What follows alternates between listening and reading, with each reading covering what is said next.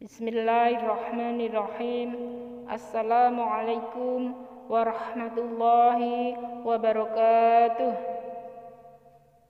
Nahmaduhu wa nusallimu ala rasulil karim. Dalam kesempatan kali ini saya akan membacakan beberapa hadis Nabi sallallahu alaihi wasallam mengenai keutamaan membaca kalimah la ilaha illallah. An Ibnu Umar radhiyallahu anhuma qala Rasulullah sallallahu alaihi wasallam laisa ala ahli la ilaha illallah wahsyatun fi quburihim wala mansyarihim wa ka'anni anduru ila ahli la ilaha illallah wa hum yanfuduna turaba عرؤوسهم ويقولون الحمد لله الذي أذهب عنا الحزن وفي رواية ليس على أهل لا إله إلا الله وحشة عند الموت ولا عند القبر.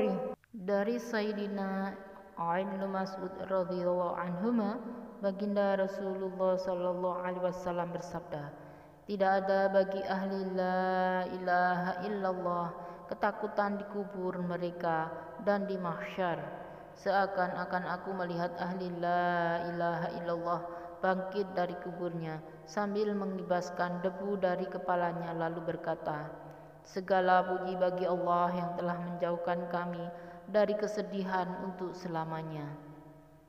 Riwayat lain menyebutkan bahwa ahli la ilaha illallah tidak akan mengalami ketakutan ketika mati dan ketika di dalam kubur. Hadis riwayat Tabrani dan Baihaqi dari kitab At-Targhib. Faidah, Sayyidina Ibnu Mas'ud radhiyallahu anhuma berkata, suatu ketika malaikat Jibril alaihissalam mendatangi baginda Rasulullah sallallahu alaihi wasallam. Ketika itu beliau dalam keadaan sangat bersedih. Malaikat Jibril alaihissalam berkata, Allah SWT mengirimkan salam untukmu. Melihatmu seperti ini, dia bertanya, ada apa? Padahal Allah SWT maha mengetahui isi hati makhluknya. Ini hanya menunjukkan penghormatan terhadap baginda Rasulullah SAW. Beliau menjawab, wahai Jibril, aku sangat merisaukan bagaimana umatku kelak pada hari kiamat. Malaikat Jibril alaihissalam bertanya, umatmu yang kafir atau yang muslim? Beliau menjawab, aku mencemaskan kaum muslimin. Lalu malaikat Jibril alaihissalam membawa baginda Nabi sallallahu alaihi wasallam mengunjungi kuburan suku Bani Salamah. Sesampainya di sana, malaikat Jibril alaihissalam memukul salah satu kubur itu dengan sayapnya, yaitu kubur seorang muslim, sambil berkata, kum biiznillah, dengan izin Allah bangkitlah kamu. Kemudian bangkitlah seseorang yang sangat tampan, lalu ia mengucapkan la ilaha illallah Muhammadur Rasulullah alhamdulillahirabbil alamin. Kemudian malaikat Jibril alaihissalam memerintahkan, kembalilah ke tempatmu. Kemudian dia kembali. Lalu malaikat Jibril alaihissalam memukul kubur yang kedua, yaitu kubur orang kafir, sambil berkata, kum biiznillah, dengan izin Allah bangkitlah. Maka bangkitlah seseorang yang mukanya sangat buruk dan hitam, matanya biru menakutkan, dan berkata, betapa sedih aku, betapa malu aku, betapa besar musibah ini.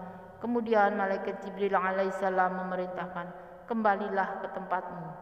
Setelah itu malaikat Jibril alaihissalam berkata kepada baginda Rasulullah sallallahu alaihi wasallam, seseorang akan dibangkitkan menurut keadaannya ketika mati.